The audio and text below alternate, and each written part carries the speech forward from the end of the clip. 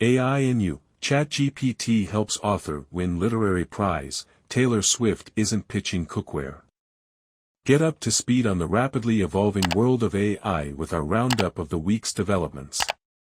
There have been many warnings, including by President Joe Biden, about how generative AI can be used to manipulate audio and video to create deepfakes that show people, politicians, among them, saying or doing things they didn't actually say or do. If you're among those who think, phooey, those concerns are just overblown, then consider 3 recent deepfakes involving musician Taylor Swift, ex-owner Elon Musk and Biden. Swifties will know that she's a fan of Le Creuset cookware. Her collection of the cookware has been featured on a Tumblr account dedicated to the pop star's home decor, showcased in her gift choices at a fan's bridal shower and shown in a Netflix documentary that was highlighted by Le Creuset's Facebook page, reported the New York Times. But her love of colorful enameled cookware didn't prompt her to pitch the pricey pots and such in ads, which showed up on Facebook and TikTok. The ads, using her voice and face, were created by AI and had Swift supposedly telling her fans that she was thrilled to offer free cookware sets to those who answered a few questions before trying to reel them in with the true scam. Noted the Times, the ad sent viewers to websites that mimicked legitimate outlets like the Food Network, which showcased fake news coverage of the Le Creuset offer alongside testimonials from fabricated customers. Participants were asked to pay a small shipping fee of $9.96 for the cookware. Those who complied faced hidden monthly charges without ever receiving the promised cookware. In the case of Musk, a fake version of the billionaire entrepreneur was shown promoting a phony stock trading scheme, called Quantum AI, on Facebook to Australians interested in getting rich quick. In what's made to look like a news report, the deepfake Musk is shown in a video saying, the latest platform, Quantum AI, will help people get rich quick, not work for every penny. The deepfake Musk also appears to call out other billionaires, Richard Branson, Jeff Bezos and Bill Gates, as prominent shareholders before the reporter directs viewers to make a minimum investment of $400 on the Quantum AI website, according to RMIT News. Celebrities' images and voices being co-opted to scam consumers, unfortunately, isn't new because scamming is so successful, consumers are cheated out of billions of dollars each year. The Federal Trade Commission says that people lost nearly $8.8 billion to fraud in 2022, and that's before Gen AI tech really ramped up.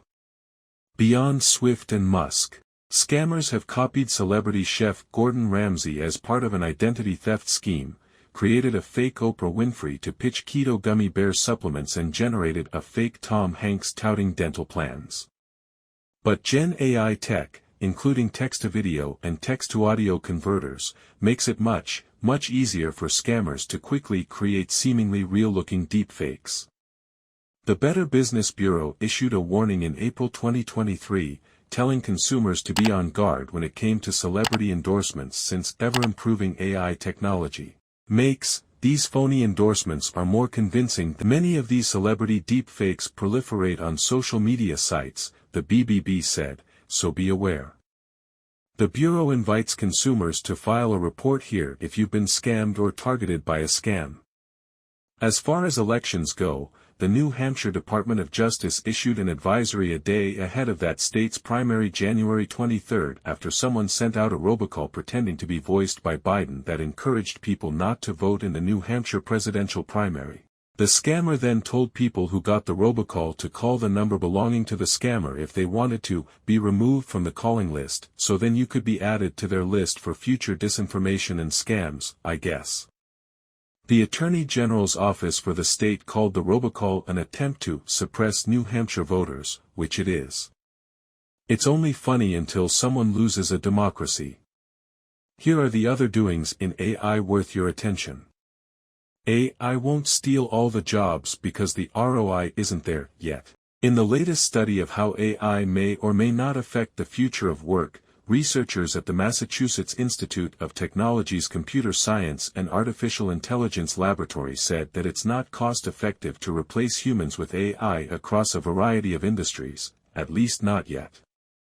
While there is already evidence that AI is changing labor demand, most anxieties about AI flow from predictions about AI exposure that classify tasks or abilities by their potential for automation, the 5 researchers wrote. The report is here. The previous literature on AI exposure cannot predict this pace of automation since it attempts to measure an overall potential for AI to affect an area, not the technical feasibility and economic attractiveness of building such systems. They concluded, after studying how advancements in computer vision might affect jobs, that, at today's costs U.S. businesses would choose not to automate most vision tasks that have AI exposure, and that only 23% of worker wages being paid for vision tasks would be attractive to automate. But there's a caveat. This slower rollout of AI can be accelerated if costs fall rapidly or if it is deployed via AI-as-a-service platforms that have greater scale than individual firms. For me, the TLDR is that all that magical thinking that Gen AI can replace workers very soon remains just that, magical thinking. Say the MIT researchers, AI job displacement will be substantial, but also gradual, and therefore there is room for policy and retraining to mitigate unemployment impacts. I've written a lot about how jobs may be affected by AI, including in this overview about why you should pay attention and start experimenting with chatbots like ChatGPT. While Goldman Sachs also says job concerns may not be as dire as some predict, it noted in a widely cited March 2023 report that 60% of today's workers are employed in occupations that didn't exist in 1940, it still says that AI will cause significant disruption to the labor market in the next 6 years.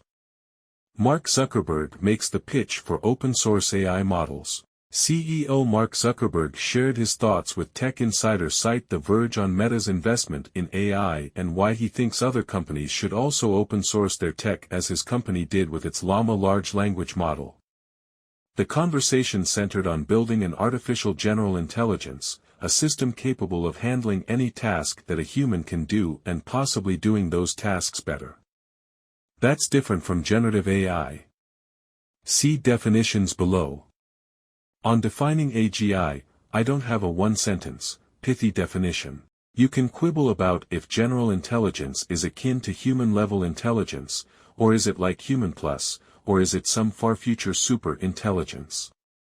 But to me, the important part is actually the breadth of it, which is that intelligence has all these different capabilities where you have to be able to reason and have intuition, Zuckerberg said. He added, I'm not actually that sure that some specific threshold will feel that profound. On the competition for AI talent, we're used to there being pretty intense talent wars. But there are different dynamics here with multiple companies going for the same profile, and a lot of VCs and folks throwing money at different projects, on who controls AI and the need to make AGI models, like Meta's Llama, available as open source. I tend to think that one of the bigger challenges here will be that if you build something that's really valuable, then it ends up getting very concentrated. Whereas, if you make it more open, then that addresses a large class of issues that might come about from unequal access to opportunity and value. So that's a big part of the whole open source vision. On industry players eschewing open source and now calling for AI regulation, there were all these companies that used to be open. Used to publish all their work and used to talk about how they were going to open source all their work. I think you see the dynamic of people just realizing, hey, this is going to be a really valuable thing, let's not share it, Zuckerberg said. The biggest companies that started off with the biggest leads are also, in a lot of cases, the ones calling the most for saying you need to put in place all these guardrails on how everyone else builds AI. I'm sure some of them are legitimately concerned about safety, but it's a hell of a thing how much it lines up with the strategy. How AI is changing how we ask our questions about our health. Raise your hand if you've ever turned to Google to diagnose a medical issue. With AI, expect even more of us to turn to ChatGPT and other tools to get answers to our health questions. CNET's Jessica Rendell explains that AI is changing the way we are investigating our health for better and for worse. The way ChatGPT can quickly synthesize information and personalize results raises the precedent set by Dr. Google, the researchers termed describing the act of people looking up their symptoms online before they see a doctor. More often we call it self-diagnosing, she reports. For people with chronic and sometimes mysterious health conditions that have left them with no good answers after numerous attempts to get a diagnosis, AI may be a game changer analyzing a list of symptoms to suggest possible causes. But there are a few concerns, the biggest of which is that AI tools can hallucinate, or give you information that sounds true but actually isn't true. Another concern is the possibility you could develop cyberchondria, or anxiety over finding information that's not helpful. For instance, diagnosing yourself with a brain tumor when your head pain is more likely from dehydration or a cluster headache, Rendell said. Still, ChatGPT can be helpful in translating medical jargon into simple English so patients can have more meaningful interactions with their doctors. Adds Rendell, arguably the best way to use ChatGPT as a regular person, without a medical degree or training, is to make it help you find the right questions to ask. Flawless novel wins literary prize with help from ChatGPT. Advocates of Gen AI, who say the tech can enhance human achievement and enable humanity to reach new heights, scored a win this week after a Japanese author won a prestigious literary award with a novel deemed by one judge to be flawless, according to The Times. How did Ri Kyuden, whose work The Tokyo Tower of Sympathy earned the Akutagawa Prize, achieve such perfection? Kyuden said it was due in part to ChatGPT. At an awards ceremony last week, the 33-year-old author said that about 5% of her book was created by OpenAI's popular chatbot and quoted verbatim in the novel, The Telegraph added. Set in a futuristic Tokyo, the book revolves around a high-rise prison tower and its architect's intolerance of criminals, with AI a recurring theme, the Daily Mail noted. The Telegraph said, it centers around an architect who designs a comfortable high-rise prison, but finds herself struggling in a society that seems excessively sympathetic to criminals. Kyuden said she confides her innermost thoughts to ChatGPT, including sentiments she says she would never talk to anyone else about, and that its responses sometimes inspired dialogue in the novel, according to The Telegraph. Not all authors are as enamored with working with generative AI as Rudin. The Authors Guild, which represents novelists such as John Grisham, George R.R. Martin, Jodi Picoult and Scott Turow, filed suit against OpenAI in September and amended its complaint. An award-winning author Salman Rushdie has been saying he thinks that Gen AI tools still have a long way to go before they can mimic the artistry of human writers. At a literary event in October, he noted that someone used an AI to generate 300 words in his style, and what came out was pure garbage. The greatest writers, the best writers have a vision of the world that is personal to themselves. They have a kind of take on reality which is theirs and out of which their whole sensibility proceeds, Rushdie told The Big Think. Now to have all that in the form of artificial intelligence, I don't think we're anywhere near that yet. One artist is using prompts to create drawings, with a pen. In a creative play on AI prompts and text-to-image converters, New York graphic designer Pablo Delcan created a non-AI generative AI model. It's a website called PromptBrush 1.0 where you submit a text prompt and Delcan will do a black and white line drawing of your idea and send it back to you. Some of the ideas submitted and illustrated, charmingly I think by Delcan, include a UFO beaming up a slice of pizza, a smiling old man, a gray and white tuxedo cat and a grim reaper frustrated with his laptop. He's posted a selection of the more than 631 images he's created and has requests for over 1,000 images in the queue, according to It's Nice That. Delcan told It's Nice That it takes him about a minute to create each drawing and that after spending the past year immersed in the world of AI, this seemed like a way to poke some fun at that. His sense of humor is evident in the site metrics he shares and in his description of the technology behind his service. A brush is used to draw by dipping it into black ink and then moving it across a piece of paper to leave marks. Light touches make thin lines, while pressing harder makes thick lines. It's possible to make all sorts of drawings by connecting these lines. I've submitted my request and will post when I hopefully get an original Delcan back. AI Term of the Week, AGI. Artificial General Intelligence, or AGI, is the holy grail of AI, a system that can do any task that a human can do and possibly do those tasks better. What's the difference between an AGI and say Gen AI models like ChatGPT? I think of ChatGPT as a tech that you can talk to that mimics or predicts human responses. It provides answers to questions like an autocomplete on steroids, while AGI is more akin to HAL from 2001, A Space Odyssey, or Jarvis from Iron Man. Here are a few definitions of AGI, which by the way doesn't yet exist, at least on Earth. Read through all of these and then check out the final line from Google DeepMind's description below to get a true sense of how complicated all this stuff is. Loose Innovative Technologies compares AI, generative AI and AGI. AI refers to the field in general, generative AI focuses on the creation of new content, and general AI aims to develop artificial intelligence systems that are as capable as humans in a variety of cognitive tasks.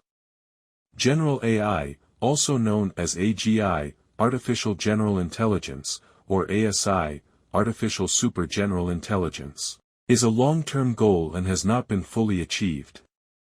Market research firm Gartner describes AGI as a form of AI that possesses the ability to understand, learn and apply knowledge across a wide range of tasks and domains. It can be applied to a much broader set of use cases and incorporates cognitive flexibility, adaptability, and general problem-solving skills. IBM says, strong artificial intelligence, AI, also known as artificial general intelligence, AGI, or general AI, is a theoretical form of AI used to describe a certain mindset of AI development. If researchers are able to develop strong AI, the machine would require an intelligence equal to humans. It would have a self-aware consciousness that has the ability to solve problems, learn, and plan for the future. And last but not least, Google DeepMind describes AGI as an important and sometimes controversial concept in computing research, used to describe an AI system that is at least as capable as a human at most tasks. Given the rapid advancement of machine learning, ML, models, the concept of AGI has passed from being the subject of philosophical debate to one with near-term practical relevance. Some experts believe that sparks of AGI are already present in the latest generation of large language models, LLMs. Some predict AI will broadly outperform humans within about a decade. Some even assert that current LLMs are AGIs. Please share and subscribe my channel.